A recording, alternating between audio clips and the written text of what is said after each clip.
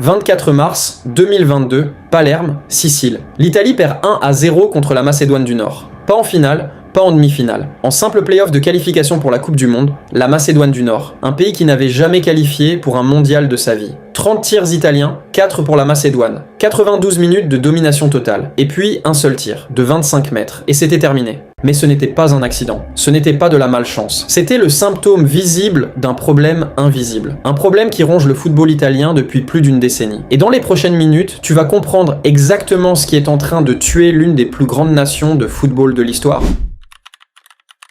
Si c'était vraiment un accident, explique-moi ça. 2014, Coupe du Monde au Brésil, l'Italie s'ouvre contre l'Angleterre. Pirlo contrôle le milieu, 2-1, domination totale. L'Italie ressemble à l'Italie, puis le Costa Rica. L'Italie a le ballon, elle crée des occasions, elle ne marque pas. Un but de la tête de Brian Ruiz, 1-0, match suivant. L'Uruguay, Marchisio expulsé. Diego Godin monte au second poteau, 1-0. L'Italie est éliminée. Novembre 2017, play-off Coupe du Monde contre la Suède, 181 minutes, 0 but. Pour la première fois depuis 1958, l'Italie ne sera pas à un mondial. Et puis la Macédoine du Nord. Même image, même désespoir, même résultat. Ce n'est plus de la malchance. C'est un schéma. Mais voilà ce qui rend tout ça encore plus bizarre. Juillet 2021, Wembley. L'Italie bat l'Angleterre au tir au but et remporte l'Euro. 37 matchs consécutifs sans défaite. La plus longue série de l'histoire du football international, devant le Brésil, devant l'Espagne, et 8 mois plus tard, cette même équipe ne pouvait pas marquer contre un pays qui n'avait jamais qualifié pour un mondial. Alors j'ai arrêté de poser la mauvaise question. La question n'est pas ce qui s'est passé à Palerme. La question est,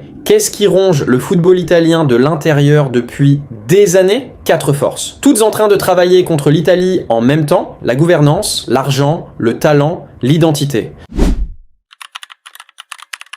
J'ai regardé la FIGC, la Fédération Italienne de Football, et j'ai construit une timeline. 2006, le Calciopoli, le plus grand scandale de corruption arbitrale de l'histoire du football italien. La Juventus perd 2 titres et est reléguée en Série B. Le président de la FIGC démissionne. La fédération entière est placée sous administration d'urgence. Mais ils ont survécu. Ils ont même gagné la Coupe du Monde cet été-là. Alors je continue. 2014, l'Italie s'écrase au Brésil, l'entraîneur Prandelli démissionne le soir même. 2015, l'Italie ne se qualifie pas pour le mondial, l'entraîneur Ventura est licencié immédiatement. 7 jours plus tard, le président Tavecchio tient une conférence de presse. Il blâme tout le monde, sauf lui-même, puis démissionne. 7 entraîneurs en 11 ans, scandale, démission, nomination, échec, démission, recommencer. Comment une planification à long terme peut fonctionner dans un système comme ça, si personne ne sait s'il sera encore là dans 2 ans?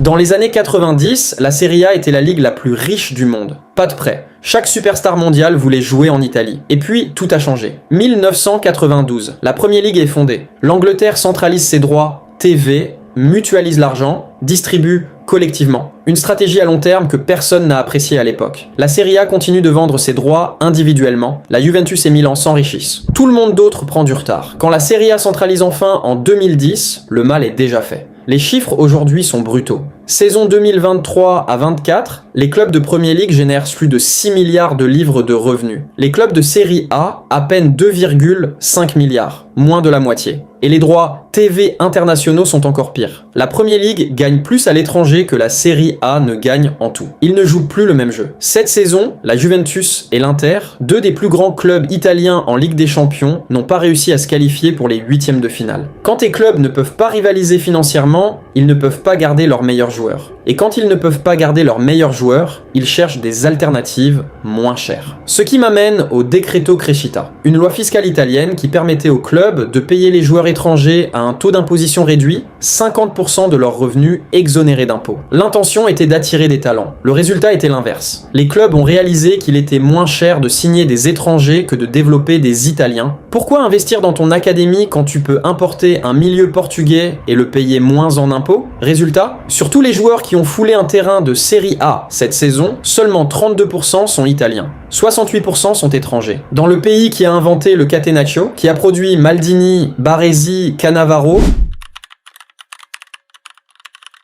Je suis retourné à 2006, la dernière fois que l'Italie a gagné une Coupe du Monde. J'ai écrit chaque nom, Buffon dans les buts, Cannavaro et Nesta en défense. Si dominant que Cannavaro a remporté le Ballon d'Or cette année, Zambrotta et Grosso latéraux. Pirlo conduisant tout, Gattuso détruisant tout à côté de lui. Totti et Del Piero sur le banc, parce qu'il n'y avait pas de place pour les deux en même temps. Toni et Inzaghi en attaque. Des joueurs de classe mondiale à chaque poste, des leaders, des vainqueurs, des joueurs qui se connaissaient depuis des années. Et puis j'ai posé la question qui compte vraiment. Qui les a remplacés? Buffon est resté jusqu'à 40 ans. Pirlo a pris sa retraite en 2017. Cannavaro, Nesta, Totti, Del Piero, tous partis avant 2012. Et la génération suivante? À la Coupe du Monde, 2014, Balotelli, Immobile, Cassano en attaque. À l'Euro 2024, l'avant-centre titulaire était Gianluca Scamacca. 0 but sur tout le tournoi. Et voilà ce qui me préoccupe vraiment. L'Italie produit encore du talent. Donnarumma est l'un des meilleurs gardiens du monde. Chiesa était électrique à l'Euro 2020.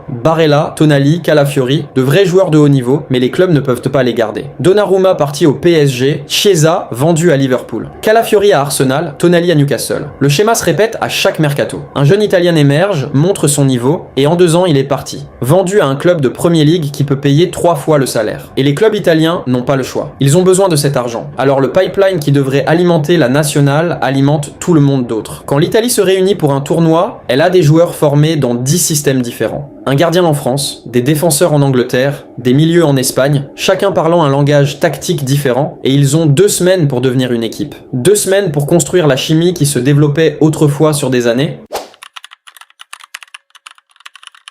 Enfin, l'identité. C'est la plus difficile à mesurer, mais peut-être la plus importante. Pendant des décennies, le football italien signifiait quelque chose de précis. Tu entendais le mot « Azzurri » et tu savais ce que tu allais avoir. Organisation défensive, discipline tactique, la capacité à te mettre mal à l'aise pendant 90 minutes. Le catenaccio n'était pas juste un système, c'était une philosophie. Tu n'as pas besoin de marquer 3 fois si tu n'en encaisses jamais. Tu absorbes la pression. Tu attends l'erreur et tu la punis. 4 Coupes du Monde, 2 championnats d'Europe, construits sur cette idée. Mais après 2006, l'Italie a décidé que ça ne suffisait plus. Le tiki-taka de Barcelone dominait l'Europe, l'Espagne gagnait tout, et l'Italie s'est regardée en miroir et a pensé « on doit évoluer ». Alors ils ont essayé de jouer autrement, plus de possession, plus de pressing, plus offensif. Et quand ça a fonctionné, c'était magnifique. À l'Euro 2020, ils ont dominé tout le monde. Battu la Turquie 3-0, la Suisse 3-0, l'Espagne au tir au but, l'Angleterre à Wembley. Mais 8 mois après avoir soulevé ce trophée, cette même équipe avait 30 tirs contre la Macédoine du Nord et n'a pas marqué. À l'Euro 2024 contre la Suisse, pas un seul tir cadré en première mi-temps. Ils encaissent 27 secondes après la reprise et perdent 2-0. L'ancienne Italie aurait tenu 0-0 contre la Suisse. Elle les aurait emmenés en prolongation, gagnés au tir au but, par pur instinct de survie. Cette Italie ne sait plus faire ça. Elle essaie d'être quelque chose de nouveau. Et dans le processus, elle a oublié ce qui la rendait grande. Quand l'Espagne joue, tu sais ce que tu vas avoir. Quand la France joue, tu sais ce que tu vas avoir. Quand l'Italie joue maintenant, je ne suis pas sûr que l'Italie elle-même sache ce qu'elle va avoir. Et c'est le problème le plus profond de tous. Remettons tout ensemble. Une fédération qui se réinitialise constamment, 7 entraîneurs en 11 ans, une ligue qui génère moins de la moitié de ce que génère la Premier League, un pipeline de talents brisé, les meilleurs joueurs italiens éparpillés dans toute l'Europe, et une identité perdue, abandonnée sans jamais être vraiment remplacée. L'Italie n'est pas une mauvaise équipe, mais elle n'est plus inévitable. Mon hypothèse est simple, le déclin de l'Italie n'est pas une crise de talent, c'est une crise de système. Et tant que ce système ne sera pas réparé, ce cycle continuera. Maintenant, je veux savoir ce que tu penses. L'Italie va rater le prochain mondial, oui ou non? Et si tu devais choisir un entraîneur pour reconstruire les Azzurri, qui tu mets? Réponds dans les commentaires. Le meilleur commentaire, je lui réponds personnellement. Abonne-toi à Masterfoot. Et la prochaine vidéo arrive très bientôt.